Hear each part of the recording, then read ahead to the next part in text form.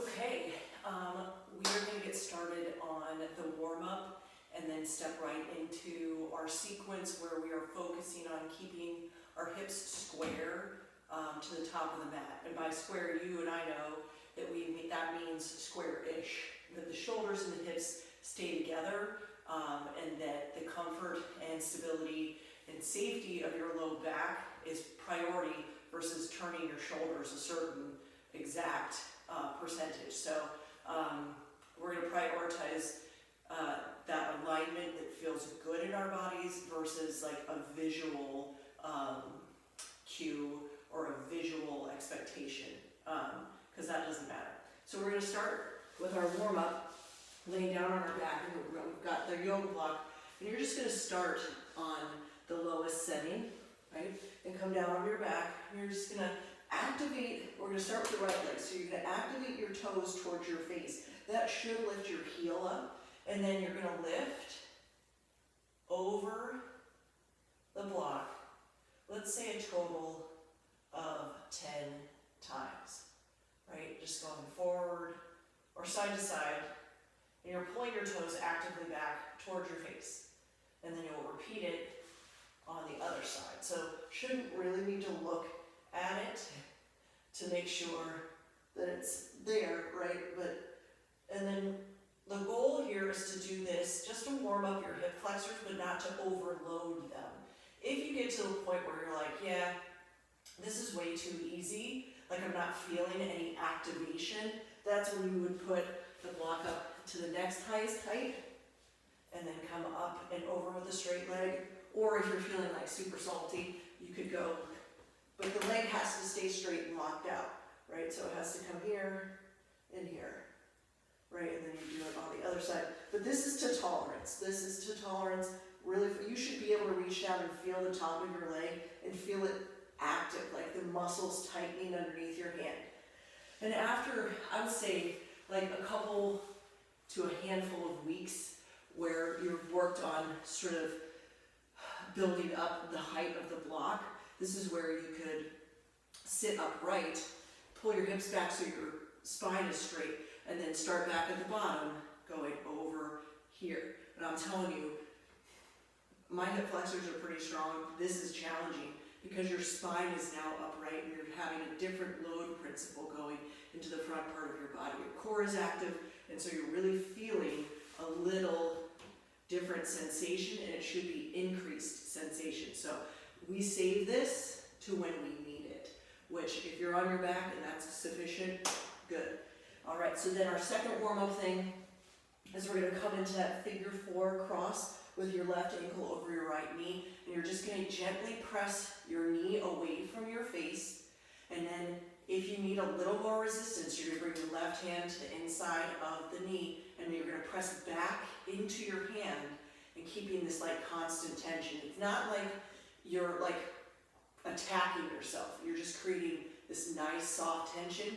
This I would do either for like a 20 or 30 second hold, or you can come in and out of it, like push for 10, release, then push for another 10, then release, and push for another 10. And if 10's too many, right, we're doing to tolerance, and then you do it on the other side. So it can either just hold open, depending on how each side feels, or if you want to create a little bit of that tension, hand pressing into the thigh, thigh pressing back into the hand, and we are in good shape. Now, for another little activation exercise for your hips, you're going to take both hands under the crease of your right knee, and then you're going to just press against your hands, and your hands are going to resist your leg pushing forward, and then you soften that. So you're squeezing, clamping the leg, and then you're pressing forward and resisting it with your hands. You'll feel that in all kinds of different places. I really like it. It's a micro movement, right? Your legs really aren't moving, but you are clamping down. And then, you release that, you're gonna feel it. Right, I love it. You could have your leg long if you want, and then clamp, and then push. But it shouldn't feel like you're like fighting off a badger or something. It's just mild, so you're clamping and pressing. This is good for both sides of the hips, but if you find one side is like more open to opportunities to get stronger, then I would focus on that one hip. And then maybe you bring your feet into that little hip bridge just for a couple ups and downs as we get ready to come upright. So when we come upright, we're going to pick the chair up. I'm going to put the chair back to where it belongs. All right, and so here's where we're really going to focus on this forward plane of motion, right? And so, and then remember, the goal here is to equally work with things that we feel good in our bodies with, which might be the flexibility aspect for you, feels pretty good. So we're going to add some of that in there. And then the balance issue is a challenge for everybody. So that's something that we all can work on. I would have a block handy for when we revolve this thing, okay? So it'll make sense once we get going. So we're going to start at the chair, and if you like, we can have it sort of sideways or use the chair however you want, but this is just for stability, and then when we come into the balance pose, our hands will come low. So options here, options for you to feel good and strong in all of this. So we're not going to raise our hands over our heads unless we really feel like it. We're going to concentrate on the low body and being able to transition evenly between these poses. So we're going to step our left foot back, toes are on the ground, your heel is on the ground and toes is slightly out to the left, and then we're in our warrior one. And again, the knee bend is to tolerance, and then the shoulders kind of shift a little towards the top left corner of the mat so that we maximize the softness in our low back, right? So this is where you could raise your hands, but we don't need to.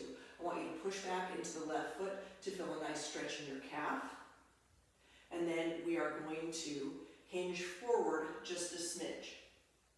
And this is where we're going to start working on a little bit of awareness of the outer hip. So as you come forward, your hands can come to the chair or to the ground, but you're going to start to straighten into that front leg, releasing your face towards your leg, right? And this is to tolerance, and then the goal here is to keep this hip in line with your leg. So if it's starting to pop out, we're going to be really fussy about keeping it square, because the goal here is to square the hips and the shoulders follow the hips. So then, while we're down here, we're going to grab the block on its highest setting. You're going to take your right hand to your hip and you're going to bend back into the right knee.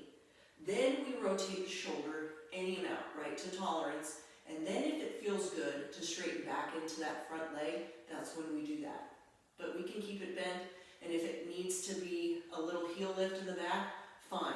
And again, you could grow your hand here, but watch what happens when I grow my hand. My hip comes towards you, so I want that hand here, mostly just to keep us honest about what we're doing.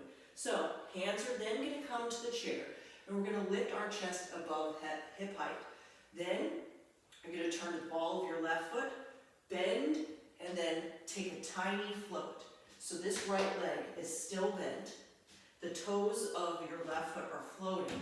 And then the only thing I want you to focus on here is a little press into the ground with your right foot. That should get you enough sensation.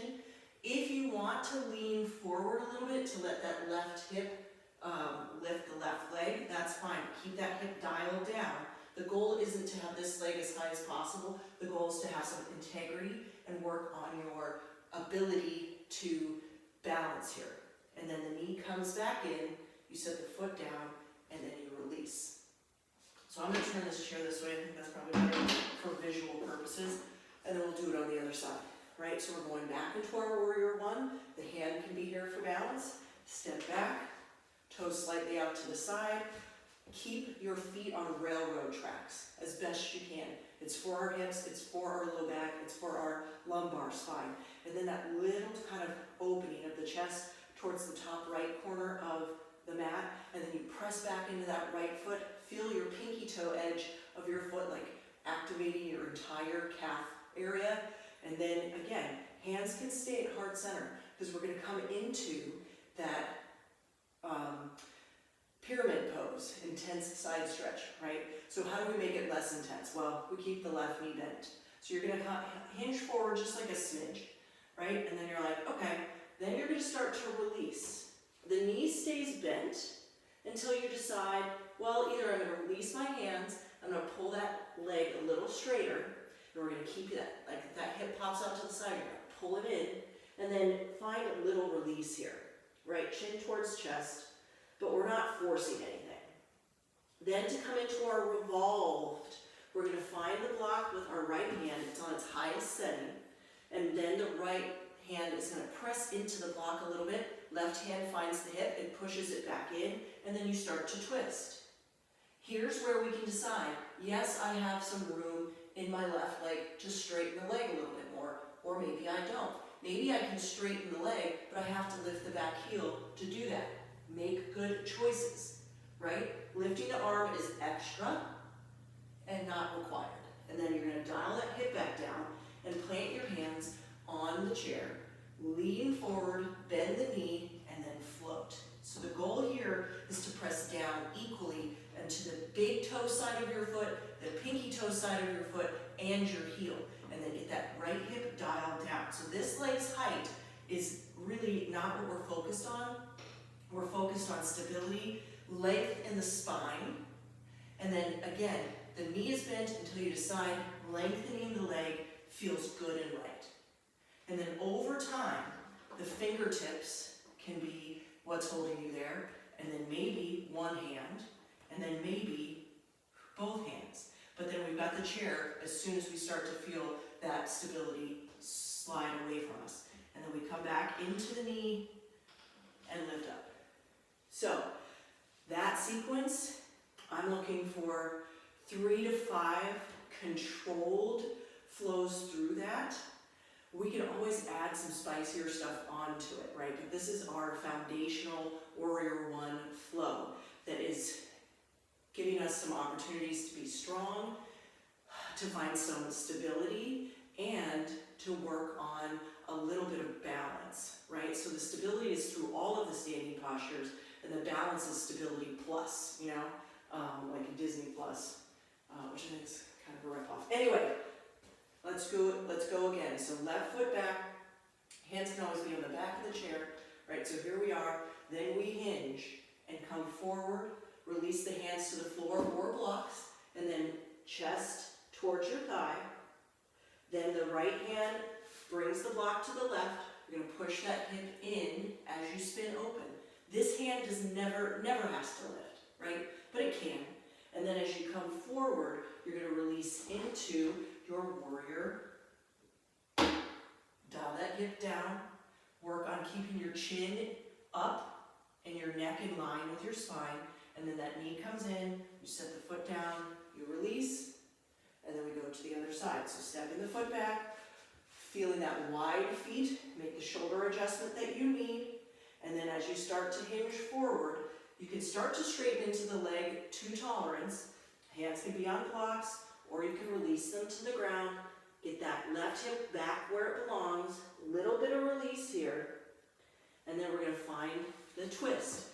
If you feel like your legs are in the market for bringing the hand to the ground and it's not going to create trouble in your back, you can always do that, right? You can always do that.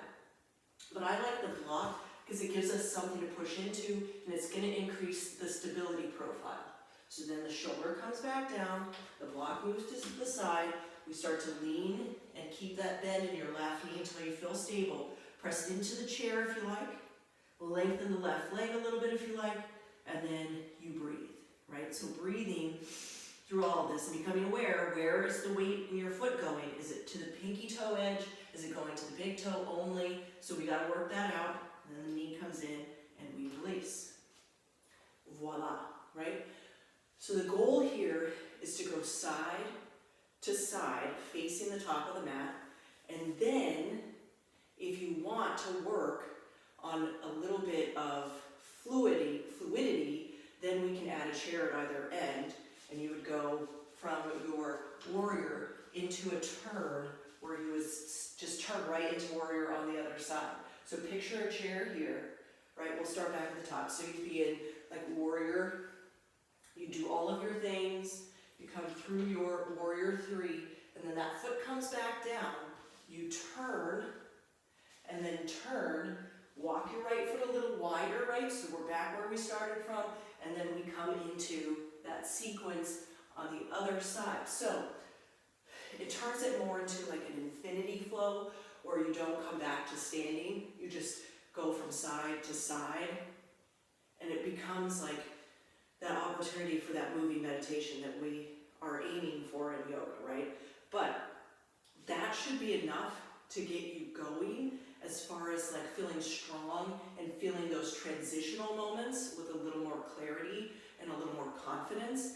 And then we can tack this onto other flows, right? So let's work on that. And then obviously stretching it out at the end, being really cognizant of your body and what it needs. So if you're gonna do sort of a lunge, right, we're gonna stack the hip over the knee over the ankle, and then instead of pushing forward like this, we're gonna just tuck the hip down. And this should be enough for you to stretch into that area that we've been working with Warrior One and Pyramid Pose and all the other things. But we're not putting too much dumping power on your hip flexors, which eventually get mad, okay? So that's what we're really looking for there. And then for our little activation work that we're thinking about, we're gonna focus on the hip side that's giving us more challenges. So for me, it would be my left side. You're gonna get onto that railroad track. The more, and I don't mean this in a mean way, the more deficient side is forward. And then remember, we're gonna pull the heel back and the right toes forward. So you just create that little push, 2, 3, 4, 5, and release. Push, 2, 3, 4, 5, and then release. So the left heel is pulling back as the right toes are pushing forward. 1, 2, 3, 4, 5. We'll do one more. 1, 2, 3, 4, 5. Beautiful. And then just a little here, little hamstring stretch. So you're taking the foot forward, bending as much as it takes to feel it. So don't go past feeling it. That gets us nowhere special, right? So if this is enough for you to feel your hamstrings, then so be it, right? And then we're gonna come into that little hip flossing that we've done before, where our hands are on our hips, and we're gonna bend and twist. Just releasing through the hips here, nice and twisty. And those people that are more flexible than me are welcome to come down with their hands. They can even have hands on the mat, but keeping your back straight, right? So this needs to go away, and this is a possibility. That's why I like hands here, so my back is neutral. And so now we've given our hips a chance to warm up on the floor and doing our figure 4 stuff. Then we put them through a bit of a sequence where we're building not just our confidence and our ability to move through these postures, but we're starting to get a little bit of a flow in, which feels good. And then at the end, we kind of give it a spicy finish with some of those activating and stretching exercises. And I think we're going to be in really good shape. So take a look at this. Let me know if you have any questions, and add it into the work you're already doing, which is wonderful.